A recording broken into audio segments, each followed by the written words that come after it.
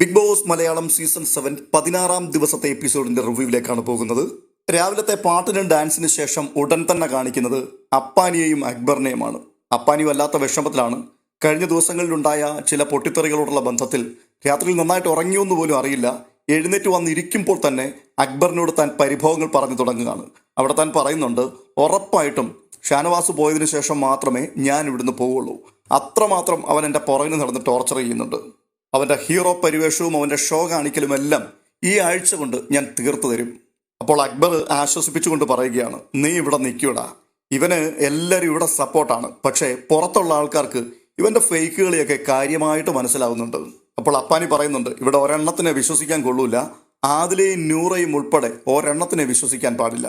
അപ്പോൾ അക്ബർ പറയുന്നില്ല, അങ്ങനെ പറയരുത്, അങ്ങനെയൊന്നും പറയാൻ പാടില്ല. എടാ, ആദിലയോടും നൂറയോടും കൂടെ ഞാനിവിടെ മാറ്റി നിർത്തി അവരോട് രണ്ടുപേരോടും മാത്രം സംസാരിച്ച കാര്യം അതെങ്ങനെയാണ് ഷാനവാസ് അറിഞ്ഞത്? ഉടനെ അപ്പുറത്തിരുന്നത് കേട്ടുകൊണ്ട് ആര്യൻ പറയുന്നുണ്ട്, അത് ആദിലയും നൂറയും പറഞ്ഞിട്ട് തന്നെയാണ്. സംഭവം എന്നത് ചോദിച്ചു കഴിഞ്ഞാൽ ആദിലയും നൂറയും ഒക്കെ ആദ്യം ഷാനവാസുമായിട്ടൊരു ചെറിയ ചെങ്ങാത്തം ഉണ്ടായിരുന്നു. വന്നു കയറി 2 ദിവസത്തോളം. ഇതിനിടയ്ക്ക് ഒരു കുത്തിത്തിരിപ്പുമായിട്ട് അപ്പാനി ചെന്നിട്ട് പറയുകയാണ്, ഇവിടെയുള്ള ഒരാളിനെ പോലും വിശ്വസിക്കരുത്.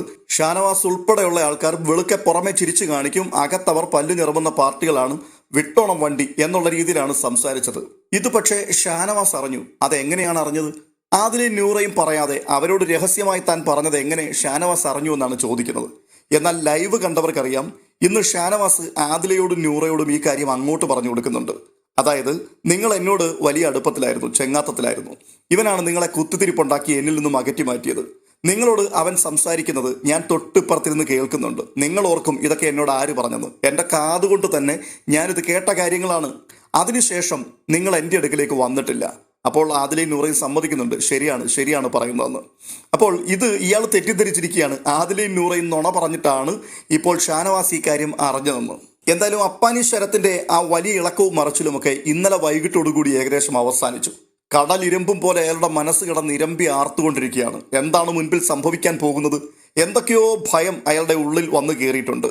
പൊട്ടിത്തെറികൾ ചിലത് സംഭവിക്കും, തൻ്റെ മുഖം ഇവിടെ രക്ഷിക്കാൻ തനിക്ക് കഴിയുമോ എന്നൊക്കെയുള്ള ഒരാവലാതിയും ഉത്കണ്ഠയും ഒക്കെ ഇല്ലാതെയില്ല. അതുകൊണ്ട് തന്നെ ഷാനവാസിനെ എങ്ങനെ പൂട്ടണം, അല്ലെങ്കിൽ ഷാനവാസിന്റെ വായ എങ്ങനെ അടയ്ക്കണം എന്നുള്ളതിനെ കുറിച്ചുള്ള ഗഹനമായ ചിന്തയിലാണ് തുടർന്ന് അപ്പാനി നടക്കുന്നത്. അടുത്തതായി കാണുന്നത് അടുക്കളയാണ്. അടുക്കളയിൽ പതിവ് പോലെ എല്ലാ ദിവസവും രാവിലെ ഒരു അടിയുണ്ടല്ലോ, ഇന്നും അത് പൊട്ടിപ്പുറപ്പെടുകയാണ്. അത് സംഭവിക്കാനുള്ള കാരണം അനുമോളാണ്. അനുമോള് പറയുന്നുണ്ട്, അവിടെ കുറെ ഓറഞ്ച് കൊണ്ടുവച്ചിരുന്നു. ഏകദേശം 31 ഓറഞ്ച് കിട്ടിയതാണ്. 14 എണ്ണം അതിനകത്ത് മറ്റുള്ളവർക്ക് സെർവ് ചെയ്തതിന് ശേഷം അവിടെ വെച്ചിരുന്നു. പക്ഷേ ഇപ്പോൾ 2-3 അവിടെ കാണുന്നില്ല. ആരാണ് എടുത്തത്? ആരും മിണ്ടുന്നില്ല. അപ്പോൾ അപ്പാനി പറയുന്നുണ്ട്, ഈ സാധനം ഇവിടെ ഞാൻ സൂക്ഷിച്ചു വെച്ചിരുന്നത് ഇന്ന് ജ്യൂസ് അടിച്ച് എല്ലാവർക്കും തരാം എന്നുള്ള ചിന്തയിലായിരുന്നു. എടുത്തോ, കുഴപ്പമൊന്നുമില്ല. പക്ഷെ ഇനിയിപ്പോൾ 7 എണ്ണം ബാക്കി ഇതിനകത്ത് കിടപ്പുണ്ട്. ഇത് ഞാൻ അറിയാതെ പോകാൻ പാടില്ല. ഇത്രയും പറയുമ്പോഴേക്കും അവിടെ പൊട്ടിത്തെറി തുടങ്ങിക്കഴിഞ്ഞു. ഷാനവാസിന്റെ സംസാരമാണ് കാണുവാൻ സാധിക്കുന്നത്. ഷാനവാസും അനീഷും തമ്മിൽ സംസാരിക്കുന്നുണ്ട്. 3 ഓറഞ്ചാണ് നഷ്ടപ്പെട്ടിരിക്കുന്നത്. ഇതിനകത്ത് 1 ഓറഞ്ച് ഷാനവാസ് എടുത്തു എന്നുള്ള കാര്യം അദ്ദേഹം ഇപ്പോൾ പറയുന്നുണ്ട്. അതിനുശേഷം പിന്നീട് ആ ബഹളം അങ്ങനെ കത്തിക്കേറുകയാണ്. ഇതിനിടയിൽ ഷാനവാസ് പറയുന്നുണ്ട്, അടുക്കളയിൽ നിന്ന് ബട്ടറും ചീസും മോഷണം പോയി, നിങ്ങൾ ആരെങ്കിലും അറിഞ്ഞോ? തുടർന്ന് അതേ ചൊല്ലി വലിയ ബഹളം അവിടെ നടക്കുമ്പോൾ അനീഷ് വന്ന് ഷാനവാസിന്റെ മുഖത്ത് നോക്കി അങ്ങോട്ട് കത്തിക്കേറുകയാണ്. നീ മോഷ്ടിച്ചിട്ട് നിനക്കിവിടെ ബട്ടറിന്റെയും ചീസിന്റെയും കാര്യം പറയാൻ എന്ത് അധികാരമാണുള്ളത് എന്നാണ് ചോദിക്കുന്നത്. ഇതിനിടയ്ക്ക് രണ ഫാത്തിമ വരുന്നുണ്ട്. രണ ഫാത്തിമയാണ് ഈ ചീസ് മോഷ്ടിച്ചത്. ചീസ് അവർ മോഷ്ടിച്ചിട്ട് അത് ഫ്രിഡ്ജിനകത്തെങ്ങാണ്ട് കയറ്റി വെച്ചു, അത് പിന്നീട് എടുത്തു, ആർക്കാണ്ടൊക്കെ കൊടുത്തു എന്നൊക്കെ താൻ പറയുന്നുണ്ട്. എന്നാൽ ഷാനവാസ് ഓറഞ്ച് മോഷ്ടിച്ചതാണ് ഇപ്പോൾ ഇവിടുത്തെ വിഷയം. എന്നാൽ രണ ഫാത്തിമ ചീസ് അടിച്ചു മാറ്റിയ വിഷയം അത് ചോദിച്ചു, കൺവിൻസ് ആവുകയും ചെയ്തു. അവരത് സമ്മതിച്ചു. പക്ഷെ ആ വിഷയം ആരും കണ്ടതായിട്ട് നടിച്ചില്ല, കേട്ടതായിട്ട് നടിച്ചില്ല. ഷാനവാസ് മോഷ്ടിച്ചു എന്നുള്ളത് തന്നെയാണ് അവിടുത്തെ വിഷയം. ഷാനവാസ് പക്ഷേ രണയെ വിടുന്നില്ല. രണയോട് ചോദിച്ച് അത് കൃത്യമായി എല്ലാവരുടെയും മുൻപിൽ പരസ്യമായിട്ട് ഞാനത് എടുത്തതാണ് എന്ന് സമ്മതിപ്പിക്കുന്നുണ്ട്. ഇവിടെ ചൂണ്ടിക്കാണിക്കേണ്ട പ്രധാനപ്പെട്ട ഒരു വിഷയമുണ്ട്. അതായത് ഈ പാഷ്വാലിറ്റി എന്ന് പറയുന്നത് അവിടെ ഇങ്ങനെ കോടികുത്തി വാണുകൊണ്ടിരിക്കുകയാണ്. രണ ഫാത്തിമ അവിടുത്തെ പ്രഥമ ഗ്രൂപ്പിലെ ഒരു ഒഴിച്ചുകൂടാൻ വയ്യാത്ത ഘടകമാണ്. അതുകൊണ്ട് തന്നെ രണ മോഷ്ടിച്ചു എന്ന് പറയുമ്പോൾ അതാരും കേട്ട ഭാവം പോലും നടിച്ചിട്ടില്ല. എന്നാൽ ഷാനവാസ് ഓറഞ്ച് എടുത്തത് ഒരു വലിയ പ്രശ്നമായി അവിടെ മാറിയിട്ടുണ്ട്. 2 ആൾക്കാരും മോഷ്ടിച്ചു എന്നുള്ളത് തന്നെയല്ലേ മനസ്സിലാക്കേണ്ടത്? അപ്പോൾ 2 പേർക്കെതിരെയും വാണിംഗ് ഉണ്ടാകണ്ടേ? 2 പേരോട് ബഹളം ഉണ്ടാക്കാൻ ആൾക്കാർ എഴുന്നേൽക്കണ്ടേ? എന്നാൽ അത് സംഭവിക്കുന്നില്ല. ഇതിന്റെ ലൈവ് കണ്ടിട്ട് അപ്പോൾ തന്നെ ഒരു വീഡിയോ ഞാൻ പോസ്റ്റ് ചെയ്തിരുന്നു. ഇവിടെ കർമ്മ എന്ന് പറയുന്ന ഒരു സംഗതി കൃത്യമായി തിരിഞ്ഞടിക്കുന്നത് കാണുവാൻ സാധിക്കുന്നുണ്ട്. ആർക്കാണ്? അത് രണയ്ക്കെതിരെയാണ്. ഇന്നലെ ഇതേ സമയത്താണ് അടുക്കളയുടെ വാതിക്കൽ വെച്ച് അനുമോളെ ആക്രമിക്കുവാൻ വേണ്ടി ഇറങ്ങി പുറപ്പെട്ടപ്പോൾ രണ നീ ചപ്പാത്തിക്കള്ളിയല്ലേ എന്ന് പരസ്യമായി വിളിച്ചു പറഞ്ഞത്. അവർ ചപ്പാത്തി മോഷ്ടിച്ചിട്ടില്ല, ചപ്പാത്തിക്കള്ളിയാണ് എന്ന് പരസ്യമായി വിളിച്ചു പറഞ്ഞത് ജിസയിലാണ്. ആ വിഷയം അവിടെ കഴിഞ്ഞ ആഴ്ച മുഴുവൻ കത്തിയതാണ്. ലാലേട്ടൻ ഇത് പരസ്യമായി അവിടെ വെച്ച് ചോദിച്ചു എന്തെങ്കിലും തെളിവുണ്ടോന്ന്. ആ സമയത്ത് ജിസൈൽ ഉൾപ്പെടെ ആരും തന്നെ ഒരു തെളിവും അവിടെ ചൂണ്ടിക്കാട്ടിയില്ല. അതോടുകൂടി ആ വിഷയം അവിടെ അവസാനിച്ചതാണ്. എന്നാൽ രണ ഫാത്തിമ അനുമോളെ ഒതുക്കുവാൻ വേണ്ടി പ്രശ്നമുണ്ടാക്കാൻ ഇറങ്ങിത്തിരിച്ചപ്പോൾ ചപ്പാത്തിക്കള്ളി എന്ന് പരസ്യമായി വിളിച്ചു. ആ ഒരു വിഷയത്തിന്റെ മേൽ അനു ഭയങ്കരമായിട്ട് ഷൗട്ട് ചെയ്യുകയും അതോടുകൂടി കരച്ചിലും നിലവിളിയും ഒക്കെ ഉയർന്നു. ആ സമയത്തെല്ലാം ഫുൾ സപ്പോർട്ട് രണ ഫാത്തിമയ്ക്കായിരുന്നു. രണയ്ക്ക് ഭയങ്കര സന്തോഷവുമായിരുന്നു. എന്നാൽ കൃത്യം ആ സമയം എത്തിയപ്പോൾ വീണ്ടും ആ അടുക്കളയുടെ വാതിക്കൽ വെച്ച് തന്നെ രണ ഫാത്തിമ ചീസ് കള്ളിയാണ് എന്ന് ഉറക്ക വിളിച്ചു പറയുവാൻ ഷാനവാസ് എത്തി. അതായത് വിതച്ചാൽ ആ വിതയ്ക്കുന്നത് കൊയ്യും എന്നുള്ളതിന്റെ കൃത്യമായൊരു തെളിവാണ്. അതാ ഞാൻ പറഞ്ഞത്, കർമ്മ അതിന്റെ ഒരു തിരിച്ചടിയാണ് ഇപ്പോൾ ഇവിടെ സംഭവിച്ചിരിക്കുന്നത്. അപ്പോൾ ഈ ബിഗ് ബോസ് വീട്ടിലെ പ്രധാനപ്പെട്ട ഒരു പ്രശ്നം എന്താണെന്ന് ചോദിച്ചു കഴിഞ്ഞാൽ ഈ തുല്യനീതി എന്ന് പറയുന്നൊരു സംഭവം അവിടെയില്ല. ചില ആൾക്കാർ തെറ്റ് ചെയ്താൽ അത് ചെറിയ തെറ്റാണെങ്കിൽ പോലും അതൊരു ഇന്റർനാഷണൽ പ്രശ്നമാക്കി കണ്ടുകൊണ്ട് വലിയ സംഘടന അവിടെ ഉണ്ടാവും. എന്നാൽ ചില വ്യക്തികൾ ഗൗരവമുള്ള തെറ്റുകൾ ചെയ്താലും അതിനെ ചോദ്യം ചെയ്യാൻ ആരും വരില്ല. ഇനി അഥവാ ഏതെങ്കിലും ഒരു വ്യക്തി അത് ചൂണ്ടിക്കാട്ടിയാൽ ആ ചൂണ്ടിക്കാട്ടുന്ന വ്യക്തിയായിരിക്കും അവസാനം കള്ളനെന്നോ കള്ളിയെന്നോ വിളി കേട്ടുകൊണ്ട് കരഞ്ഞുകൊണ്ട് പോകേണ്ടി വരിക. അങ്ങനെ ഒരു പ്രത്യേകത അവിടെ ഉണ്ട്. എന്തുകൊണ്ടാണത്? അതാണ് ഈ ഗ്രൂപ്പ് കളി കൊണ്ടുണ്ടാകുന്ന ഏറ്റവും വലിയ നേട്ടം. ചില ആൾക്കാർക്ക് കുറെ കാലം അവിടെ പിടിച്ചു നിൽക്കുവാൻ ഈ ഗ്രൂപ്പ് കളി കൊണ്ട് സഹായകമാകും. അതുകൊണ്ട് തന്നെ ഒരു കൂട്ടത്തെ അവരവരുടെ കൂട്ടത്തിൽ നിർത്തുകയാണ്. അവരെ ആരാക്രമിച്ചാലും ഈ ഗ്രൂപ്പിലെ അണ്ണന്മാരുണ്ട് ചോദിക്കാൻ. അപ്പാനിയുടെയും അക്ബറിന്റെയൊക്കെ തേർവാഴ്ചയായിരുന്നു ഈ വിഷയത്തിൽ നടന്നുകൊണ്ടിരുന്നത്. എന്തായാലും അത് കഴിഞ്ഞ ദിവസത്തോടുകൂടി ഷാനവാസ് പൊളിച്ചടുക്കിയിട്ടുണ്ട്. എങ്കിലും ഇപ്പോഴും ചെറിയ രീതിയിൽ കത്തലുകൾ നടന്നുകൊണ്ടിരിക്കുന്നതാണ് നമുക്കിവിടെ കാണാൻ സാധിച്ചത്. ഓറഞ്ച് ഇപ്പോൾ 3 മോഷണം പോയിട്ടുണ്ട്. പക്ഷേ ഷാനവാസ് എടുത്തത് മാത്രമേ പുറത്തു വന്നിട്ടുള്ളൂ. വേറെ 2 ആൾക്കാർ എടുത്തിട്ടുണ്ട്. ഇത്രയും ബഹളം അവിടെ നടന്നിട്ടും ആ ഓറഞ്ച് മോഷ്ടിച്ച കള്ളൻ ആരാണ്, കള്ളി ആരാണ് എന്ന് ആർക്കും അറിയില്ല. അവരത് തുറന്നു പറയാൻ തയ്യാറായിട്ടുമില്ല. ക്യാപ്റ്റനോട് പറയുന്നുണ്ട്, ഞാൻ ടാസ്ക് കളിച്ചതിന്റെ ഭാഗമായിട്ട് കിട്ടിയത് കൂടിയാണിത്, എനിക്കും കൂടി അവകാശപ്പെട്ടതിൽ നിന്നാണ് ഒരെണ്ണം ഞാൻ എടുത്തിരിക്കുന്നത്. പക്ഷെ വേറെ 2 പിന്നെയും പോയിട്ടുണ്ടല്ലോ, അതാരാ എടുത്തത് അറിയില്ല. ആരാന്ന് നിങ്ങൾ കണ്ടുപിടിക്ക്. അങ്ങനെ കണ്ടുപിടിക്കാൻ താല്പര്യവുമില്ല. വേണ്ടി വന്നാൽ അവിടെ ക്യാമറയൊക്കെ ഉണ്ടല്ലോ, അവിടെ മോഷ്ടിച്ചു കൊണ്ടിരിക്കുന്ന ആൾക്കാരുമുണ്ട്. അങ്ങനെയാണെങ്കിൽ പോലീസുകാരുടെ ഭാഷയിൽ പറഞ്ഞാൽ കാര്യമായിട്ടൊന്ന് പിടിച്ചു കുടഞ്ഞാൽ ഇതൊക്കെ പുറത്തു വരുന്ന സംഭവം തന്നെയാ.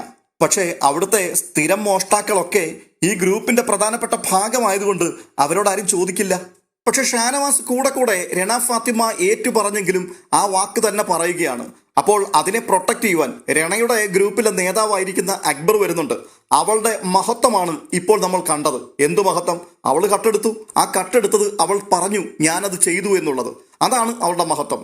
ഒരാൾ മാപ്പ് പറയാൻ തയ്യാറായാൽ, അല്ലെങ്കിൽ ഞാൻ ചെയ്ത തെറ്റ് അത് തെറ്റാണെന്ന് ഏറ്റു പറയാൻ തയ്യാറായാൽ അതിനെ അക്സെപ്റ്റ് ചെയ്യണം. അതൊരു മഹാമനസ്സിന്റെ പ്രത്യേകതയാണ്. എന്തല്ലേ, എന്തൊരു വേദാന്തമായി പറയുന്നത്. ഇന്നലെ ചെയ്യാത്ത കുറ്റത്തിന് ഒരു പെൺകുട്ടിയെ അവിടെ ഇട്ട് വേട്ടയാടുന്ന സമയത്ത് അവളുടെ പുറകെ നടന്ന് അവളെ അടിക്കുവാൻ മുൻകൈയെടുത്ത് നിന്ന ആളായിരുന്നു ഈ പറയുന്ന മഹാനായ അക്ബർ. ആ അക്ബറാണ് ഇപ്പോൾ പറയുന്നത് അവള് തെറ്റേറ്റു പറഞ്ഞില്ലേ. എടോ, തെറ്റേറ്റു പറഞ്ഞു, ശരിയാണ്. പക്ഷേ അവൾ തെറ്റ് ചെയ്തു എന്ന് ബോധ്യപ്പെട്ടപ്പോൾ അത് തെറ്റാണെന്ന് അവളുടെ മുഖത്ത് നോക്കിയൊന്ന് പറയുവാൻ, പരസ്യമായിട്ടൊന്ന് വിളിച്ചു പറയുവാൻ താങ്കൾ ആർജവം കാണിച്ചില്ലല്ലോ. അതെന്തുകൊണ്ടാണ്? അതാണ് ഞാൻ മുമ്പേ പറഞ്ഞ ഗ്രൂപ്പ് കളി. അതാണ് ഇരട്ടത്താപ്പ് എന്ന് പറയുന്നത്. ഇരട്ട നീതിയുടെ വക്താവായിട്ടാണ് അക്ബർ അതിനകത്ത് നിലനിൽക്കുന്നത്. ഇതുമായിട്ട് മുമ്പോട്ട് പോവുകയാണെന്നുണ്ടെങ്കിൽ ബിഗ് ബോസിൽ അധിക നാള് അക്ബറിന് മുമ്പോട്ട് ഓടാൻ പറ്റുമോ എന്നുള്ള കാര്യത്തിൽ കാര്യമായ സംശയമുണ്ട്. അക്ബറും ഷാനവാസും തമ്മിൽ കാര്യമായിട്ടുള്ള പ്രശ്നം അവിടെ നടന്നുകൊണ്ടിരിക്കുകയാണ്. ശരിക്കും പറഞ്ഞാൽ ഇവർ പുറത്തു വെച്ച് തന്നെ പരിചിതരാണ്. പരിചിതരെന്നുള്ളതിനേക്കാൾ ഉപരിയായി പുറത്തു വെച്ച് തന്നെ എന്തൊക്കെയോ കാര്യമായിട്ടുള്ള പ്രശ്നങ്ങളുണ്ട്, ശത്രുതയുമുണ്ട്. അതുകൊണ്ട് തന്നെ ഷാനവാസിന്റെ പ്രധാനപ്പെട്ട ആരോപണം ഇയാൾ വന്നു കയറിയ സമയം മുതൽ എന്നെ മാത്രം ടാർഗറ്റ് ചെയ്ത് നടക്കുകയാണ്.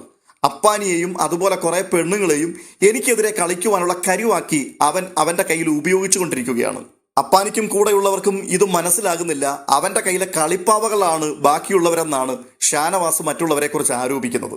എന്തായാലും വലിയ ബഹളം നടന്നുകൊണ്ടിരിക്കുകയാണ്. ഈ വഴക്കിന്റെ ഒരു പ്രത്യേകത, നിസ്സാരം ഒരു ഓറഞ്ചിന്റെ കാര്യത്തിൽ തുടങ്ങിയ പ്രശ്നമാണെങ്കിലും അവരിരുവരും തമ്മിൽ വഴക്കിട്ട് അവസാനം ശരീരങ്ങൾ പരസ്പരം മുട്ടി ഉരുമി നിൽക്കുകയാണ്.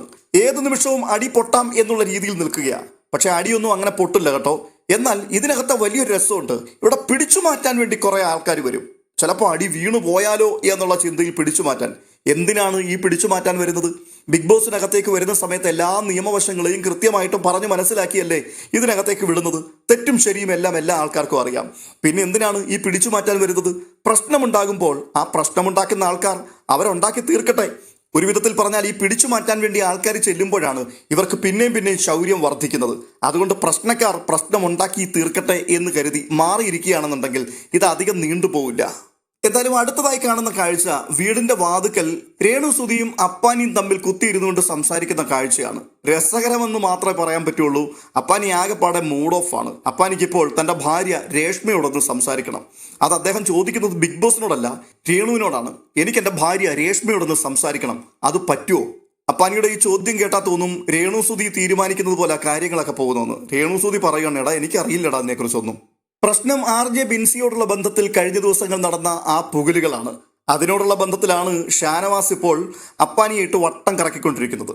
ഷാനവാസിന്റെ ഓരോരോ സംസാരങ്ങളും പ്രതികരണങ്ങളും കണ്ടതോടുകൂടി അപ്പാനി ആകെപ്പാടെ പെട്ടു. എന്ന് വെച്ചാൽ ഷാനവാസിന്റെ കയ്യിൽ കാര്യമായിട്ട് എന്തോ തെളിവുണ്ട് എന്നുള്ളൊരു ഭയമാണ് അപ്പാനിയെ ഭരിച്ചുകൊണ്ടിരിക്കുന്നത്. അപ്പാനിയുടെ കയ്യിൽ എവിടെയോ മിസ്റ്റേക്ക് സംഭവിച്ചിട്ടുണ്ട്. കഴിഞ്ഞ ദിവസം അനുമോൾ അത് ആ വീട്ടിൽ പരസ്യമായി വിളിച്ചു പറയുകയും ചെയ്തു. അതുകൊണ്ടാണ്, അല്ലെങ്കിൽ അപ്പാനി വിടുമെന്ന് നിങ്ങൾക്ക് തോന്നുന്നുണ്ടോ? വരവണ്ണത്തിന് മാറാത്തൊരുത്തനാണ് അപ്പാനി ശരത് എന്ന് പറയുന്നത്. പക്ഷെ ഈ ഒരു വിഷയത്തിൽ തനിക്ക് എതിരഭിപ്രായം പറയാൻ പറ്റാത്ത രീതിയിൽ നിരന്തരം അയാൾ പരിങ്ങിക്കൊണ്ടേയിരിക്കുകയാണ്. അയാൾ രേണുവിനോട് പറയുകയാണ്, രേണു ചേച്ചി, ഞാനിവിടെ വന്നത് ആർക്ക് വേണ്ടിയാണ്? എൻ്റെ ഭാര്യയ്ക്കും മക്കൾക്ക് വേണ്ടിയാണ്. അപ്പോൾ അവർക്ക് വിഷമം വരുന്ന ഒരു കാര്യം പോലും ഇവിടെ സംഭവിക്കാൻ പാടില്ലെന്ന് ഞാൻ ആഗ്രഹിക്കുന്നുണ്ട്. അങ്ങനെ ആഗ്രഹിക്കുന്നുണ്ടായിരുന്നുവെങ്കിൽ ഈ ബിൻസിയുമായിട്ടുള്ള വിഷയം അവിടെ ഇങ്ങനെ പൊട്ടിത്തെറിക്കുന്ന രീതിയിലേക്ക് വരില്ലായിരുന്നല്ലോ. എനിക്കൊരു ഭാര്യയുണ്ടെന്നും അവർ പ്രഗ്നന്റ് ആയിരിക്കുകയാണെന്നും വേറെ മക്കളുണ്ടെന്നും ആ കുടുംബത്തിന്റെ സമാധാനം, ആ കുടുംബത്തിന്റെ സന്തോഷം, ഐക്യത, ഇങ്ങനെയൊക്കെയുള്ള കാര്യങ്ങളെക്കുറിച്ചുള്ള ചിന്ത ഉണ്ടായിരുന്നെങ്കിൽ RJ ബിൻസി എന്ന ഒരു വ്യക്തി ഇതിനിടയിൽ കയറി വരില്ലായിരുന്നല്ലോ. ഇപ്പോൾ ബിൻസിയെ ചുറ്റിപ്പറ്റി പല കാര്യങ്ങളും അവിടെ പലരും സംസാരിക്കുന്നുണ്ട്. അതിനെ പ്രതിരോധിക്കാൻ എന്തുകൊണ്ടാണ് അപ്പാനിക്ക് കഴിയാതിരിക്കുന്നത് എന്നുള്ളതാണ് എനിക്ക് മനസ്സിലാകാത്തത്. ഇനി അഥവാ എന്തെങ്കിലും ഉണ്ടെങ്കിൽ തന്നെ ഒറ്റ വാക്കിൽ പറഞ്ഞു തീർക്കാവുന്നതേ ഉള്ളൂ.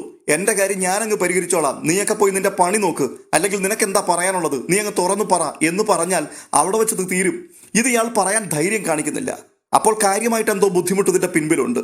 ഈ ധൈര്യം ഇയാൾ കാണിക്കാത്തത് കൊണ്ട് തന്നെ ഷാനവാസ് ഒരു തുറുപ്പ് ചീട്ടായിട്ട് ഇത് ഉപയോഗിക്കുവാനുള്ള തയ്യാറെടുപ്പിലാണ്. അയാൾ ഇപ്പൊ പൊട്ടിക്കും എന്നുള്ള ആ ഒരു ഓലപ്പാമ്പിട്ട് പേടിപ്പിച്ചുകൊണ്ടിരിക്കുകയാണ്. ആ ഓലപ്പാമ്പിന്റെ മുമ്പിൽ അപ്പാനിയുടെ ഗ്യാസ് മുഴുവൻ ഓരോ നിമിഷവും ചോർന്നു പോയിക്കൊണ്ടിരിക്കുന്നു. അയാൾ അത് പൊട്ടിക്കില്ല. ഈ ജന്മത്ത് അത് ആ വീട്ടിനകത്ത് അയാൾ തുറന്നു പറയില്ല. പക്ഷേ അപ്പാനി അതിൽ കുരുങ്ങി എന്നുള്ളത് അയാൾക്ക് നന്നായിട്ട് മനസ്സിലായി.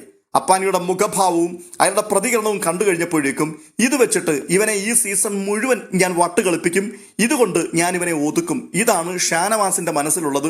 അത് അയാൾ പലരോടും തുറന്നു പറയുകയും ചെയ്തു.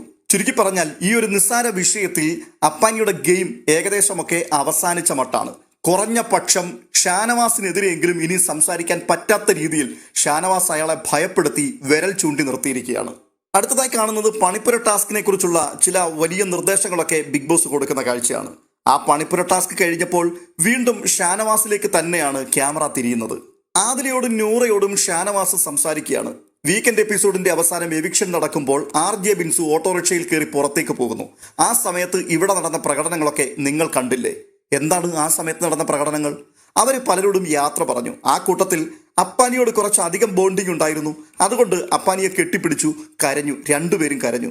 ഇതൊരു വലിയ ആഗോള പ്രശ്നമായിട്ട് എന്തിനാണ് ഉയർത്തിപ്പിടിക്കുന്നത്? അല്ല, അതിനപ്പുറത്ത് എന്തെങ്കിലും ഉണ്ടോ? ഉണ്ടെങ്കിൽ തുറന്നു പറയരുതോ? ഇനിയും അപ്പാനിയോട് പറയണ്ട, അടുത്തിരിക്കുന്ന ആരോടെങ്കിലും ഒന്ന് പറ. പ്രശ്നം ഒത്തുതീർപ്പാക്കാൻ വേണ്ടിയല്ലേ ഈ പെൺകുട്ടികളൊക്കെ വന്നിരിക്കുന്നത്? അവർക്കെങ്കിലും കൃത്യമായിട്ടൊരു സൂചന കൊടുക്ക്. ഇന്ന കാര്യങ്ങൾ ചെയ്യാൻ പാടില്ലാത്തത്, അവിഹിതം, അനാശാസ്യം, ഇതിൻ്റെയൊക്കെ കാറ്റഗറിയിൽ പെടുന്ന എന്തെങ്കിലും ഒരു സ്പർശനം ഉണ്ടായിട്ടുണ്ടെങ്കിൽ അതൊന്ന് പറഞ്ഞു കൊടുക്ക്. അതും പറയില്ല. അപ്പോൾ ഇതിനകത്ത് ഒന്നുമില്ല, ഉള്ളി പൊളിച്ചതുപോലെ മാത്രമേ ഉള്ളൂ. പക്ഷേ ഷാനവാസ് നല്ല ഒന്നാന്തരം ഒരു ഗെയിമറാണ്. അയാൾക്ക് മനസ്സിലായി താനിട്ട ചൂണ്ടയിൽ അപ്പാനി ശരത്ത് കയറി കൊത്തി അതിൽ കുരുങ്ങിക്കിടക്കുകയാണെന്ന്. അങ്ങനെയാണെങ്കിൽ ഇനിയിപ്പോൾ ഇവൻ അനങ്ങാൻ സമ്മതിക്കരുത്. അതാണ് അയാൾ കട്ടായം പറയുന്നത്. അതുകൊണ്ട് തന്നെ മധ്യസ്ഥ ശ്രമങ്ങൾക്ക് വേണ്ടി ആദിലയും നൂറയും ഒക്കെ മണിക്കൂറുകൾ പരിശ്രമിക്കുന്നുണ്ട്. പക്ഷേ ഉക്രൈൻ യുദ്ധം നടത്തുവാൻ കഴിഞ്ഞ ദിവസം പുടിനും ട്രംപും തമ്മിൽ ചർച്ച നടത്തിയെന്ന് പറഞ്ഞതുപോലെ ആയിപ്പോയി. എങ്ങും എത്തിയില്ല, പിരിഞ്ഞു പോവുകയാണ്. ഇതിനിടയിൽ ആദില പല പ്രാവശ്യം ചോദിക്കുന്നുണ്ട്, എന്താണ് സംഭവം? ആ കുട്ടി പുറത്തു പോയില്ലേ? അങ്ങനെ പുറത്തു പോയ ഒരാളിനെ കുറിച്ച് അങ്ങനെ സംസാരിക്കാൻ പാടുണ്ടോ? എന്തെങ്കിലും ഉണ്ടെങ്കിൽ പറഞ്ഞു തീർക്കരുതോ? അപ്പോൾ ഷാനവാസ് പറയുന്നുണ്ട്, ഇത് എന്റെ ഗെയിം ആണെങ്കിലോ? അതാണ് കറക്റ്റ് കാര്യം. ഇതൊരു ഗെയിമാണ്. നല്ല ഒന്നാന്തരം ഒരു സാധനമാണ് അയാളുടെ കയ്യിൽ കിട്ടിയിരിക്കുന്നത്. ഇത് വെച്ച് അയാൾ കുറെ മൈലേജ് ഉണ്ടാക്കും അവിടെ. എന്നിട്ട് ഒടുവിൽ ഷാനവാസ് ആദിലയോടും നൂറയോടും കൂടെ പറയുന്നുണ്ട്, ഇതെന്റെ ഗെയിം സ്ട്രാറ്റജിയാണ്. ഞാൻ ഈ പറഞ്ഞ കാര്യം അവിടെ ചെന്ന് പറഞ്ഞിട്ട് ഒരുമാതിരി കോപ്പിലെ പരിപാടി കാണിക്കരുത്, നമ്മൾ തമ്മിൽ തെറ്റും. ആ പാവങ്ങൾ ഇത് കേട്ടപ്പോൾ പേടിച്ചുപോയി. അവർ പറഞ്ഞു, ഞങ്ങൾ പറയൂല. അടുത്തതായി കാണുന്നത് ആദിലയും നൂറയും കൂടി അടുക്കളയിലേക്ക് എത്തി അപ്പാനിയോട് കാര്യങ്ങൾ സംസാരിക്കുന്നതാ. അവർ പറയുകയാണ്, പുള്ളിക്ക് കാര്യമായിട്ട് പ്രശ്നമൊന്നുമില്ല, ചേട്ടൻ പോയിന്ന് സംസാരിച്ചാൽ മതി, ഈ പ്രശ്നം അവിടെ ഇങ്ങ് തീരും. ഇവർ രണ്ടുപേരും ഈ പ്രശ്നം ഒത്തുതീർപ്പാക്കിയിട്ടേ അടങ്ങുള്ളൂ, അതിനുവേണ്ടി നിൽക്കുകയാണ്. അപ്പോൾ അപ്പാനി പറയുന്നുണ്ട്, അയാളെ എനിക്കറിയാം, അയാള് അത് വിട്ടുകളയത്തില്ല. പക്ഷെ ഞാൻ ഇതോടുകൂടി ആ വിഷയം വിടാൻ തുടങ്ങിയിരിക്കുകയാണ്. ഇന്നുകൊണ്ട് ഞാൻ എൻ്റെ ഗെയിം സ്ട്രാറ്റജി എല്ലാം മാറ്റുകയാണ്. ഇന്നു മുതൽ ഞാൻ ഇൻഡിവിജ്വൽ പ്ലേ ഇവിടെ ആരംഭിക്കാൻ പോവുകയാണ്. ഇതിന്റെ അർത്ഥം എന്താണ്? അതായത് ഇനിയിപ്പോൾ ഗ്രൂപ്പ് കളിച്ച് മുൻപോട്ട് പോയാൽ ഷാനവാസ് എടുത്തിട്ട് അലക്കും. അതോടുകൂടി ചിലപ്പോൾ കുടുംബം തന്നെ കൈവിട്ടു പോകാനുള്ള സാധ്യതയും മുൻപിൽ അയാൾ കാണുന്നുണ്ട്. അതുകൊണ്ട് സമ്പൂർണ്ണമായ വെടിനിർത്തലിന് അപ്പാനി തയ്യാറാവുകയാണ്. അപ്പാനി പറയുകയാണ്, ഞാൻ പോയി മാപ്പ് പറയാം. ഇതൊക്കെ കാണുമ്പോൾ വീണ്ടും വീണ്ടും ചോദിക്കാൻ തോന്നുകയാണ്, എന്തിനു മാപ്പ് പറയണമെന്നാണ് ഷാനവാസിനോട്? ഇതൊരു ഗെയിമാണ്. ആ ഗെയിമിൽ കൂട്ടായിട്ടോ ഒറ്റയ്ക്കായിട്ടോ പലരും അങ്ങോട്ടും ഇങ്ങോട്ടും ഒക്കെ ആക്രമിക്കുന്നുണ്ട്. അതിനെ ഗെയിമിന്റെ ഭാഗമായിട്ട് തന്നെ കാണുക. അയാൾ തിരിച്ചടിക്കട്ടെ, അയാൾ എന്താണ് പറയാൻ വരുന്നതെന്ന് നോക്കുക. അല്ലാതെ മാപ്പ് പറയാനും കാലിൽ വീഴുവാനും തക്കവണ്ണം നിങ്ങൾ എന്താണ് അയാളോട് തെറ്റ് ചെയ്തത്? അയാൾ ഈ വിഷയം ചിലപ്പോൾ കുത്തിപ്പൊക്കുമായിരിക്കും. അതിനകത്ത് നിങ്ങൾക്ക് ഭയമുണ്ടെങ്കിൽ ഉറപ്പാണ് അപ്പാനി കാര്യമായിട്ട് ഗുരുതരമായ എന്തോ തെറ്റ് ചെയ്തിട്ടുണ്ട്. എന്നാൽ ഷാനവാസിന്റെ ബോഡി ലാംഗ്വേജിൽ കൂടി നമുക്ക് മനസ്സിലാക്കാൻ കഴിയുന്നൊരു കാര്യം, ഷാനവാസിന് ഈ വിഷയത്തെക്കുറിച്ച് ഒരു ചുക്കും അറിയില്ല. ഈ പുറമെ മറ്റുള്ളവർ കണ്ടതുപോലെ മാത്രമേ ഷാനവാസും കാര്യങ്ങൾ കണ്ടുള്ളൂ. അതിനപ്പുറത്തൊന്നും അയാൾക്കും അറിയില്ല. പക്ഷേ ചെറിയൊരു സൂചന കൊടുത്തപ്പോൾ തന്നെ അപ്പാനി വരേണ്ടത് കണ്ടപ്പോൾ ഷാനവാസിന് മനസ്സിലായി, ഇവൻ ഫൗൾ പ്ലേ കാണിച്ചിട്ടുണ്ട്, അങ്ങനെയാണെങ്കിൽ ഇത് വെച്ച് തന്നെ ഇവനെ ഒതുക്കണമെന്ന്. ആദില വീണ്ടും സംസാരിക്കാൻ വേണ്ടി ചെല്ലുന്നുണ്ട്. മാപ്പ് പറയാൻ വേണ്ടി അയാൾ റെഡിയാണ്, നിങ്ങൾ എന്തു പറയുന്നു എന്ന് ചോദിക്കാൻ. അപ്പോൾ ഷാനവാസ് പറയുന്നുണ്ട്, എനിക്ക് അവന്റെ മാപ്പും കോപ്പും ഒന്നും കേൾക്കണ്ട, എന്റെ അടുക്കലോട്ട് വരിക വേണ്ട, എനിക്ക് അവനോട് സംസാരിക്കാൻ താല്പര്യവുമില്ല. അവർ പിന്നെയും ബഗ് ചെയ്യുകയാണ്, അങ്ങനെ പറഞ്ഞാൽ പാടില്ല, ഇത് നമുക്ക് ഒത്തുതീർപ്പാക്കിയേ പറ്റുള്ളൂ. അപ്പോൾ ഷാനവാസ് പറയുന്നുണ്ട്, ഈ കാണിക്കുന്നത് മുഴുവനും അവന്റെ നാടകങ്ങളാണ്. ശനിയാഴ്ച നേരം വെളുക്കുമ്പോൾ അവൻ ഈ വീട്ടിലുള്ള എല്ലാവരോടും ഭയങ്കര സ്നേഹമാണ്. എന്തുകൊണ്ടാണ് അവൻ ആ സ്നേഹം? നാടകമാണ് അവൻ ആ കാണിക്കുന്നത്. അവന് എന്റെ മുമ്പിൽ വരുമ്പോൾ എന്നോട് ചിരിച്ചുകൊണ്ട് സംസാരിക്കും, എന്നോട് ഭയങ്കര സ്നേഹപ്രകടനങ്ങൾ നടത്തും. അല്പനേരം കഴിഞ്ഞിട്ട് അവൻ അപ്പുറത്തുകൂടി കറങ്ങിയടിച്ച് മറ്റേ ഗ്രൂപ്പിൽ പോയിട്ട് ആൾക്കാരെ തെറ്റിദ്ധരിപ്പിക്കും, എനിക്കെതിരായിട്ട് ആൾക്കാരെ മാനിപ്പുലേറ്റ് ചെയ്യും. അവൻ മഹാപേടിത്തൊണ്ടനാണ്. പിടിച്ചു നിൽക്കാൻ വേണ്ടി അവൻ പല പണികളും നടത്തിക്കൊണ്ടിരിക്കുകയാണ്. ഒടുവിൽ ഒത്തുതീർപ്പാക്കാൻ വേണ്ടി വന്ന ആദിലയും നൂറയും കൂടി അവരുടെ പാട് നോക്കി പോകുന്ന കാഴ്ച കാണുന്നുണ്ട്. തുടർന്ന് ടാസ്കിനെ കുറിച്ചുള്ള ടാസ്ക് ലെറ്റർ അപ്പാനി വായിക്കുന്നതാണ് കാണുന്നത്. ടാസ്ക് എന്ന് പറഞ്ഞു കഴിഞ്ഞാൽ ആക്ടിവിറ്റി ഏരിയയിൽ കുറേ ഫുഡ് ഐറ്റങ്ങൾ വെച്ചിട്ടുണ്ട്. 2 ഗ്രൂപ്പായി തിരിച്ചിട്ടുണ്ട്. ഈ ഫുഡ് ഐറ്റങ്ങൾ ആൾക്കാർ പോയി ഭക്ഷിക്കണം. ഭക്ഷിക്കുന്ന സമയത്ത് അവരുടെ മുഖത്തെ എക്സ്പ്രഷൻ നോക്കിയിട്ട് ആ ഫുഡിന്റെ ടേസ്റ്റ് എന്താണ്, അത് നല്ല ഫുഡാണോ മോശം ഫുഡാണോ എന്ന് എതിർ ടീം വിലയിരുത്തണം. അത് രസകരമായൊരു ടാസ്ക് ആയിരുന്നു. അതായത് മധുരമുള്ള ഭക്ഷണമാണ് അവർ കഴിക്കുന്നതെങ്കിൽ അത് മധുരമാണ് എന്ന് അവരുടെ എക്സ്പ്രഷൻ നോക്കി മനസ്സിലാക്കുകയും അത് കൃത്യമായി പ്രവചിക്കുകയും ചെയ്താൽ 1 പോയിന്റ് കിട്ടും. ഈ പ്രവചനം തെറ്റിപ്പോയാൽ ഈ ഭക്ഷണം രുചിക്കുന്നയാളുടെ ടീമിനായിരിക്കും 1 പോയിന്റ് ലഭിക്കുന്നത്. നല്ല മത്സരമായിരുന്നു. ഈ മത്സരത്തിൽ കൂടി ലഭിക്കുന്ന പോയിന്റുകൾ പണിപ്പുരയിൽ കയറിക്കൂടുവാൻ വേണ്ടിയുള്ള ഒരു പ്രധാനപ്പെട്ട നാഴികക്കല്ലാണ്. വിജയിക്കുന്ന ടീമിന് 500 പോയിന്റ് ആണുള്ളത്. വ്യാഴാഴ്ചയാണ് പണിപ്പുരയിലേക്ക് കയറുവാനുള്ള അവസരമുണ്ടാവുന്നത്. ടീമിനെ തെരഞ്ഞെടുക്കുകയാണ്. ഷാനവാസ് അടങ്ങുന്ന ഒരു ടീം. ജിസയിലുണ്ട്, രേണു ഉണ്ട്, ഷാനവാസ് ഉണ്ട്, അപ്പാനി ശരത്തുണ്ട്, ബിന്നി, ഷാരിക, ഒനിൽ, ഈ ആൾക്കാരൊക്കെയാണ് എ ടീം. അടുത്തത് ടീം ബി. അക്ബർ, ആര്യൻ, അഭിലാഷ്, ആദില, അനുമോള്, രണ ഫാത്തിമ, അനീഷ് തുടങ്ങിയവരൊക്കെയാണ് ഈ ടീം ബിയിൽ വരുന്നവർ. ആസ്വദിക്കാൻ പറ്റിയ നല്ലൊരു ടാസ്ക് തന്നെയായിരുന്നു. ടാസ്ക് കഴിഞ്ഞപ്പോൾ ടീം എ ഷാനവാസിന്റെ ടീമിന് 6 പോയിന്റ് ലഭിച്ചു. അക്ബറിന്റെ നേതൃത്വത്തിലുള്ള ടീം ബിക്ക് 2 പോയിന്റുകളുമായി തൃപ്തിപ്പെടേണ്ടതായി വന്നു. അതുകൊണ്ട് തന്നെ ടീം എയിൽ നിന്നും ഒരു വ്യക്തിക്ക് പണിപ്പുരയിലേക്ക് പ്രവേശിക്കുവാനുള്ള വാതിൽ തുറക്കുകയാണ്. എല്ലാവരും കൂടി തീരുമാനിച്ച് ജിസൈലിനെയാണ് തെരഞ്ഞെടുക്കുന്നത്. ജിസയിൽ പോകുമ്പോൾ ഷാനവാസ് ഒരു എതിരഭിപ്രായം പറയുന്നുണ്ട്. അവൾ പോയാലുള്ള പ്രധാനപ്പെട്ട പ്രശ്നം കാപ്പിപ്പൊടി മാത്രമേ അവൾ തെരഞ്ഞെടുക്കത്തുള്ളൂ. അപ്പോൾ ജിസയിൽ, അങ്ങനെയൊന്നും പറയണ്ട, ഞാൻ എല്ലാവർക്കും ആവശ്യമുള്ള സാധനങ്ങളെല്ലാം എടുത്തോണ്ടേ വരുള്ളൂ. തുടർന്ന് അടുക്കളയുടെ വാതിക്കൽ ഒരു വലിയ ശബ്ദം കേൾക്കുന്നുണ്ട്. വല്ലാത്തൊരു കോലാഹലം, വലിയ ബഹളം നടക്കുകയാണ്. ശരിക്കും ശ്രദ്ധിച്ചപ്പോൾ തിരുവനന്തപുരം ജില്ലക്കാരുടെ സ്ലാങ്ങിലുള്ള സംസാരമാണ്. നമ്മുടെ സുരാജ് വെഞ്ഞാറമ്മൂട് സംസാരിക്കുന്ന അതേ സ്ലാങ്ങിൽ. ആരാണ് ഈ സംസാരത്തിന് നേതൃത്വം കൊടുക്കുന്നത്? അനീഷാണ്. അനീഷ് സാധാരണ ഈ തമാശ പറയുന്ന കൂട്ടങ്ങളിലൊന്നും കൂടാറുള്ള ആളല്ല. എല്ലായ്പ്പോഴും വളരെ ഗൗരവമുള്ള മുഖത്തോടു കൂടി, ഇനി അഥവാ സംസാരിക്കുകയാണെന്നുണ്ടെങ്കിൽ വളരെ പരുഷമായ ഭാഷയിൽ മാത്രം. അങ്ങനെയുള്ള അനീഷാണ് ദേ ഇപ്പോൾ തമാശ തന്നെ നിന്നുകൊണ്ട് പറയുകയാണ്. തിരുവനന്തപുരം അതേ സ്ലാങ്ങിൽ തന്നെ സംസാരിക്കുന്നു. അപ്പാനി ശരത്ത് തിരിച്ചടിക്കുന്നുണ്ട്. അതിനേക്കാൾ ഉപരിയായിട്ട് അനുമോള് അതേ സ്ലാങ്ങിൽ തന്നെ അനീഷിനോടും തിരിച്ച് കത്തിക്കുന്നുണ്ട്. രസകരമായിരുന്നു അത്. അടുത്തൊരു കാഴ്ച വൈകിട്ട് രണ്ടും കൽപ്പിച്ച് ക്ഷമ പറയുവാൻ വേണ്ടി അപ്പാനി ഷാനവാസിന്റെ അരികിലേക്ക് ചെല്ലുകയാണ്. പക്ഷേ അപ്പാനിയെ പുറംകാലുകൊണ്ട് അടിച്ചു തെറിപ്പിക്കുന്നത് പോലെ എനിക്ക് നിന്റെ ഒരു കോപ്പും കേൾക്കണ്ട എന്നുള്ള രീതിയിൽ അയാൾ പുല്ലു വില പോലും കൊടുക്കാതെ അവിടുന്ന് എഴുന്നേറ്റ് പോവുകയാണ്. അപ്പാനിക്ക് അത് ഭയങ്കര വിഷമമായി പോയി. ഇതെല്ലാം കണ്ടുകൊണ്ട് നമ്മുടെ രേണുസുതി തൊട്ടടുത്തിരിക്കുകയാണ്. കണ്ടില്ലേ ചേച്ചി, ഇയാൾ എന്നോട് ഈ കാണിക്കുന്നതൊക്കെ കണ്ടില്ലേ? എന്താണിതിന് ഞാൻ മറുപടി പറയേണ്ടത്? ഞാൻ മാപ്പ് പറയാൻ, പ്രശ്നം ഒത്തുതീർപ്പാക്കാൻ വേണ്ടി ചെന്നതാണ്. പക്ഷെ പുള്ളി എന്നെ ഒന്ന് കേൾക്കാൻ പോലുമുള്ള മനസ്സ് കാണിക്കുന്നില്ലല്ലോ ചേച്ചി.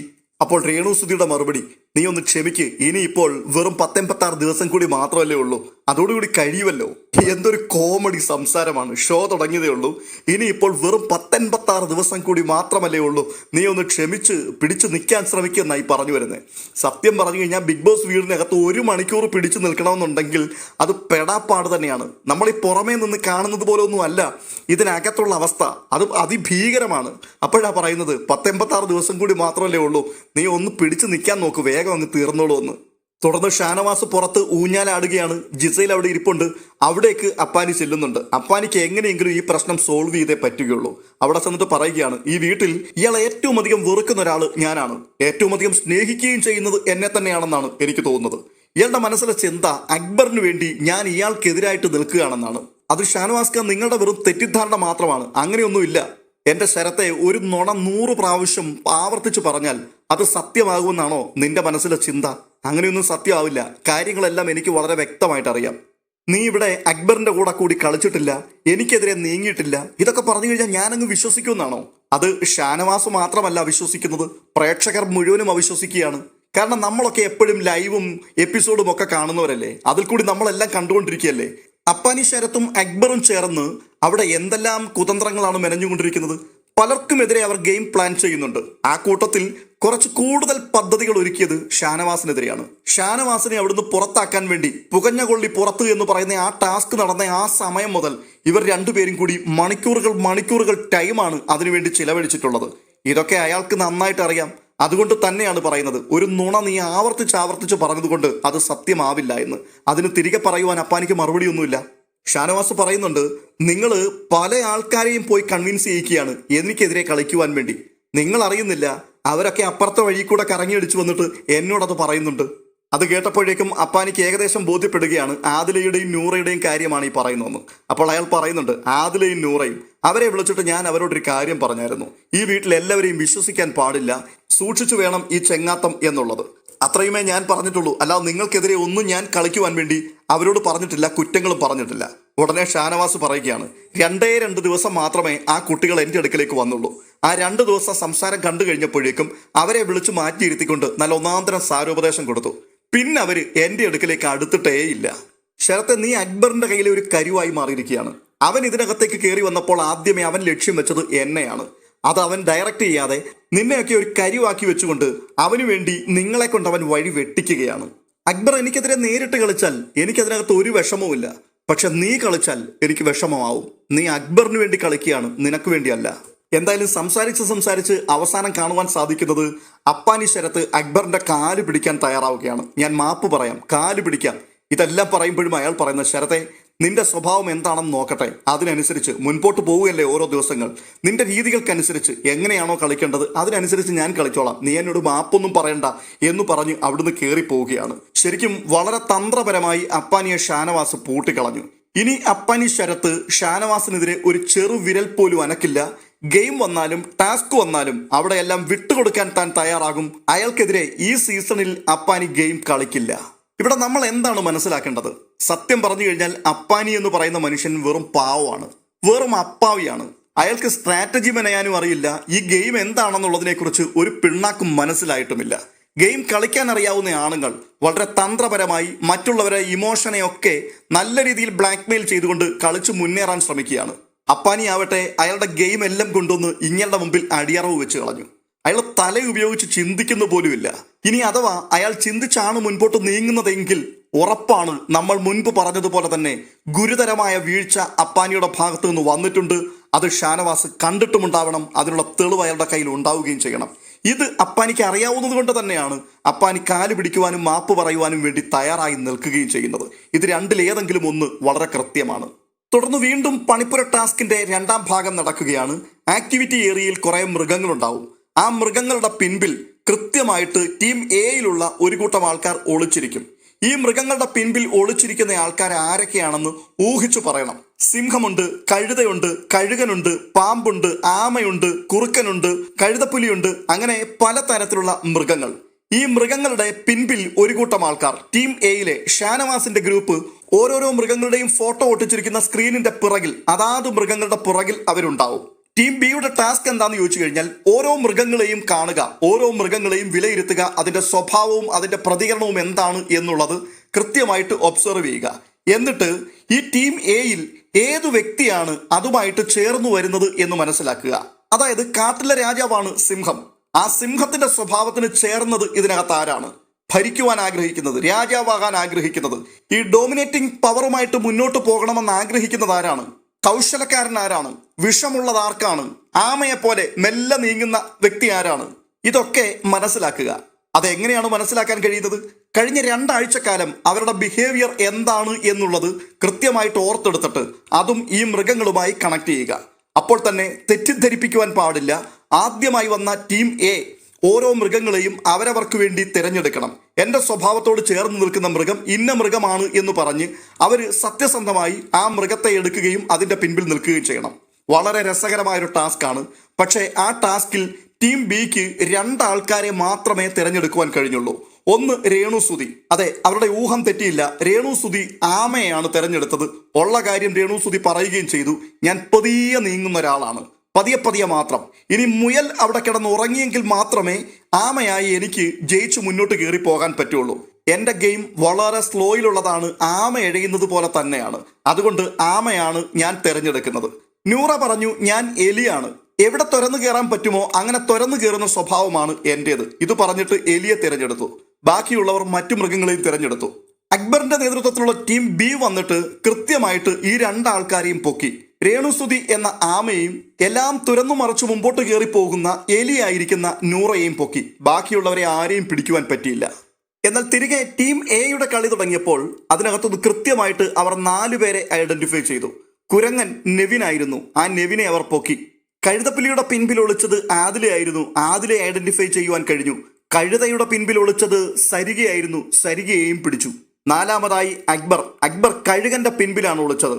എല്ലായിടത്തും ചത്തുകിടക്കുന്ന ശവങ്ങൾ മുഴുവനും കൊത്തി വലിച്ചു കീറി തിന്നുന്ന സ്വഭാവമാണ് അക്ബറിൻ്റെത് എന്ന് പറഞ്ഞുകൊണ്ട് അക്ബറിനെയും അവർ പൊക്കി. അങ്ങനെ 4 പേരെ ഐഡന്റിഫൈ ചെയ്യുവാൻ ഇവർക്ക് കഴിഞ്ഞു. ചുരുക്കത്തിൽ പണിപ്പുരയിലേക്ക് പോകുവാൻ വേണ്ടി ഇന്ന് നടന്ന 2 ടാസ്കിലും ടീം എ ആണ് ജയിച്ചത്. 2 ടാസ്കിലും കൂടി 500 1000 പോയിന്റ് അവർക്ക് ലഭിക്കുന്നു. രണ്ടാമത് 500 പോയിന്റ് ലഭിച്ചതിൽ കൂടി പണിപ്പുരയിൽ കയറുവാൻ ജിസേലിനൊപ്പം ബിന്നിയെയും തെരഞ്ഞെടുത്തു. അടുത്തത് വീണ്ടും ചില രസകരമായ കാഴ്ചകളാണ്. അനീഷ് മെല്ലെ മാളത്തിനുള്ളിൽ നിന്നും തല പൊക്കി പുറത്തേക്ക് ഇറങ്ങി വരുന്ന കാഴ്ചയാണ് ഇന്നത്തെ എപ്പിസോഡിൽ നമുക്ക് കാണുവാൻ കഴിഞ്ഞത്. കഴിഞ്ഞ കുറേ ദിവസങ്ങളായിട്ട് അനീഷ് സൈലന്റ് ആയിട്ടിരിക്കുകയായിരുന്നു. ഇപ്പോൾ നർമ്മങ്ങളൊക്കെ പൊട്ടിക്കുവാൻ തുടങ്ങി. പ്രത്യേകിച്ച് ഈ മൃഗങ്ങളുടെ പേരുകളും, ആ മൃഗങ്ങളുടെ പേരിൽ ഒന്ന് കഴുതയാണല്ലോ. കഴുത സരികയ്ക്കിട്ട പേരായിരുന്നു. അപ്പോൾ ഷാനവാസ് അവിടെ പറയുന്നുണ്ട്, നിങ്ങളെല്ലാവരും കൂടി ചേർന്ന് സരികയെ കഴുതയാക്കി മാറ്റിക്കളഞ്ഞു. അതൊട്ടും ശരിയായില്ല. ഏറ്റവും ബുദ്ധിയില്ലാത്തൊരു ജീവിയാണ് കഴുത എന്ന് പറയുന്നത്. നിങ്ങൾക്ക് നന്നായിട്ട് അറിയാം ഈ വീട്ടിൽ കഴുത ആരാണ് എന്നുള്ളത്. കൃത്യമായിട്ട് നിങ്ങൾ ആ ആളിനെ തന്നെ കണ്ടെത്തി എന്നൊക്കെ പറയുമ്പോൾ അവിടേക്ക് അനീഷ് വന്ന് കയറുന്നുണ്ട്. അനീഷും ഷാനവാസും തമ്മിൽ ഒരു ടോമാഞ്ചെറി കോംബോ അവിടെ നിലനിൽക്കുന്നുണ്ട്. അവരെപ്പോൾ അങ്ങോട്ടും ഇങ്ങോട്ടും നോക്കിയോ അന്നേരം എല്ലാം കീരിയും പാമ്പും പോലെ പൊട്ടിത്തെറിക്കുന്ന കാഴ്ചകളാണ്. ഇവിടെയും ഇവർ തമ്മിൽ സംസാരിക്കുന്നുണ്ട്. ചിരിച്ചൂപ്പാട് വരുന്ന ഭയങ്കര കോമഡിയാണ്. ഈ കഴുതയുടെ കാര്യം പറയുമ്പോൾ അനീഷ് കയറി അതിനെതിര് പറയുന്നുണ്ട്. നീ പറയുന്നത് പോലെ ബുദ്ധിയില്ലാത്ത ജീവിയല്ല, ചുമട് ചുമക്കാനും പുരാതന കാലം മുതൽ മനുഷ്യനോട് ഇണങ്ങി മനുഷ്യന് വേണ്ടി അങ്ങേയറ്റം കഷ്ടപ്പെട്ട് അവരുടെ കഷ്ടപ്പാടുകളിൽ കൂടെ നിൽക്കുകയും ചെയ്യുന്ന ഒരു ജീവിയായിട്ടാണ് കഴുതയെ കാണുന്നത്. അല്ലാതെ നീ പറയുന്നത് പോലെ വിവരദോഷത്തിന്റെ അടയാളമായിട്ടല്ല. പിന്നെ നിന്നെ പോലെയുള്ള ചില വിവരദോഷികൾ, ചില കഴുതകൾ വരുന്ന തലമുറയെ ഇത്തരത്തിലുള്ള കുറെ കാര്യങ്ങൾ പറഞ്ഞു പഠിപ്പിച്ചു വെച്ചിട്ടുണ്ട്. ഇത് പറഞ്ഞുകൊണ്ട് അനീഷ് അങ്ങോട്ട് കത്തി കയറുമ്പോഴേക്കും വീട്ടിൽ കൂട്ട കയ്യടി ഉയരുന്നു. ഷാനവാസ് അവിടുന്ന് ഓടി രക്ഷപ്പെടുകയും ഒക്കെ ചെയ്യുന്ന കാര്യങ്ങൾ കാണുന്നുണ്ട്. അടുത്തതായിട്ട് ജിസേലും ഷാനവാസും തമ്മിലുള്ള ഒരു ചർച്ചയാണ് കാണുന്നത്. ഈ കഴിഞ്ഞ 2 ദിവസമായിട്ട് ജിസേലിനെ കാര്യമായിട്ട് ഷാനവാസ് ബ്രെയിൻ വാഷ് ചെയ്യാൻ വേണ്ടി ശ്രമിക്കുന്നുണ്ട്. ജിസേല് പഠിച്ച കള്ളിയും നല്ല ഒന്നാന്തരമായിട്ട് ബ്രെയിൻ ഉപയോഗിച്ച് നല്ല രീതിയിൽ ഗെയിം കളിക്കുന്ന ഒരു പുലിയുമാണ്. എങ്കിലും അക്ബറിന്റെയും അപ്പാനിയുടെയും ഗ്രൂപ്പിൽ നിന്നും ജിസേലിനെ പറിച്ചിളക്കി തന്റെ കൂടെ നിർത്തുവാൻ വേണ്ടിയുള്ള ഒരു ശ്രമം അവിടെ നടക്കുകയാണ്. ഇവിടെ ഷാനവാസ് കൂടെ പറയുന്നുണ്ട് അപ്പാനിയുടെയും അക്ബറിന്റെയും നേതൃത്വത്തിൽ ഒരു ഗ്രൂപ്പ് ഉണ്ട് എന്നുള്ളത്. ഈ ഗ്രൂപ്പിനെ പറ്റി ചർച്ച ചെയ്യുവാൻ വേണ്ടി താൻ ചിലരുടെയൊക്കെ അടുക്കൽ ചെന്നു.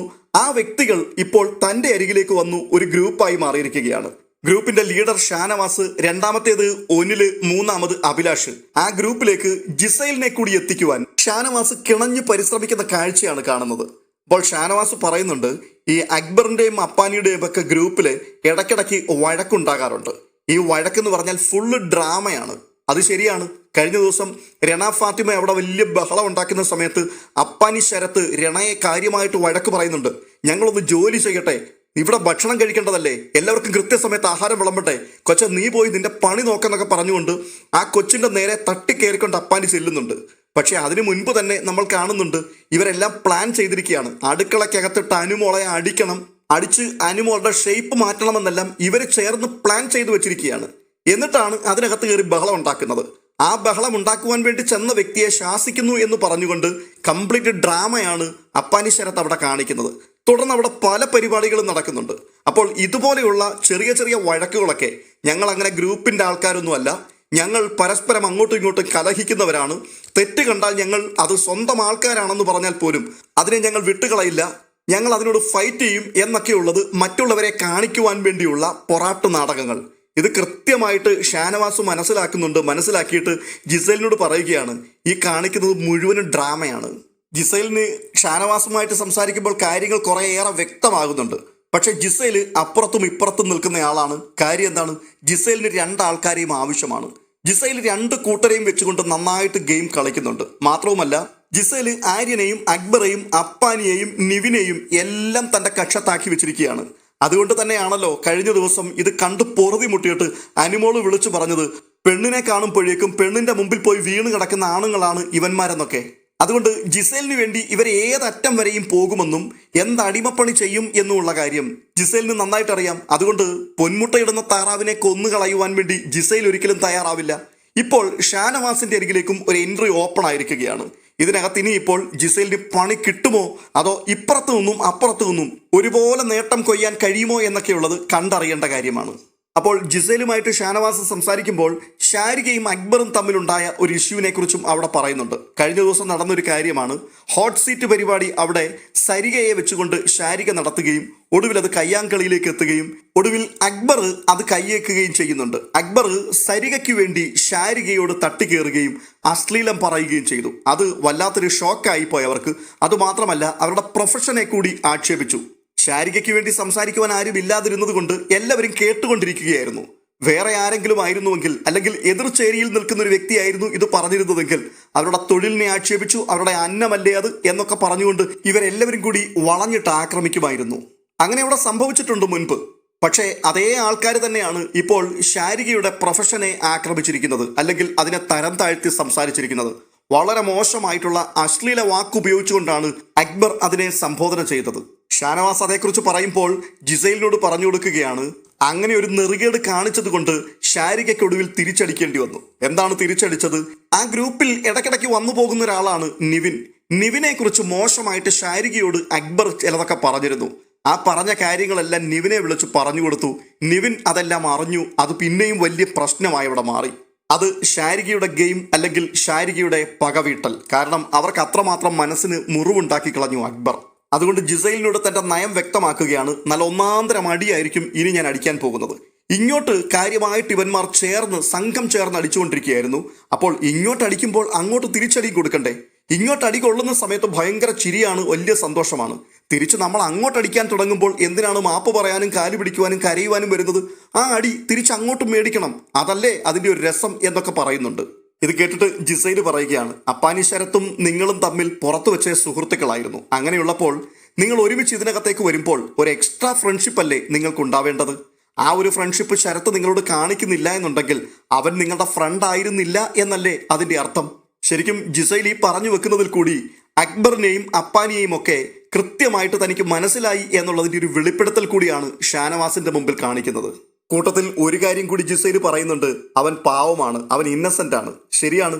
അത് കേട്ടുകൊണ്ട് ഷാനവാസ് പറയുകയാണ്, അവൻ വെറും പാവമാണ്, അതുകൊണ്ട് തന്നെയാണല്ലോ അക്ബർ അവനെ വെച്ചുകൊണ്ട് എനിക്കെതിരെ കളിച്ചുകൊണ്ടിരിക്കുന്നത്.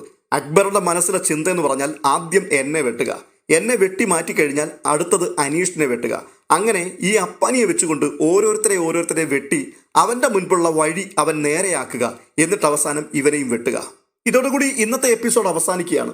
എപ്പിസോഡ് അവസാനിക്കുന്നതിന് തൊട്ട് മുൻപുള്ള സെക്കൻഡുകളിൽ കാണുന്നത് അനുമോള് വന്നിട്ട് നാളെ രാവിലെ നല്ലൊരു അടി നടക്കും എന്ന് ഷാനവാസിനോടും അഭിലാഷിനോടും ഒക്കെ പറയുന്ന കാര്യമാണ്. വിവരം ചോദിക്കുമ്പോൾ പറയുന്നത്, ബെഡ്റൂമിൽ ഇരുന്ന എന്നെ നിങ്ങളുടെ ജിസൈലുണ്ടല്ലോ അവൾ യക്ഷി എന്ന് വിളിച്ചു. അപ്പോൾ അഭിലാഷ് പറയുകയാണ്, അത് ചോദിക്കണം, നാളെ രാവിലെ ആ പാട്ട് അങ്ങോട്ട് കഴിഞ്ഞ് അടുക്കളയിലോട്ട് കയറുമല്ലോ കട്ടനിടാൻ വേണ്ടി, ആ സമയത്ത് തന്നെ ഇത് ചോദിച്ച് അടി ഉണ്ടാക്കണം. ഇല്ലില്ല, അത് കഴിഞ്ഞിട്ടേ ഞാൻ അടിക്കുകയുള്ളൂ. എന്തായാലും നാളെ അവളെ അടിച്ചിരിക്കും എന്ന് പറഞ്ഞിട്ടാണ് അനുമോള് മടങ്ങിപ്പോകുന്നത്. അപ്പോൾ നാളെ രാവിലെയും പതിവ് തെറ്റിക്കാതെ അടി നമുക്ക് തീർച്ചയായിട്ടും പ്രതീക്ഷിക്കാം. അതിന്റെ ലൈവ് അപ്ഡേറ്റുമായിട്ടെത്താം. അപ്പോൾ അടുത്ത വീഡിയോയിൽ വീണ്ടും സന്ധിക്കും വരെയും വണക്കം. ഇതുവരെയും ഈ ചാനൽ സബ്സ്ക്രൈബ് ചെയ്യാത്തവർ ഒന്ന് സബ്സ്ക്രൈബ് ചെയ്യുകയും കൂടെ ചെയ്താൽ സന്തോഷമായിരുന്നു. അടുത്ത വീഡിയോയിൽ വീണ്ടും കാണാം. അതുവരേക്കും ബൈ.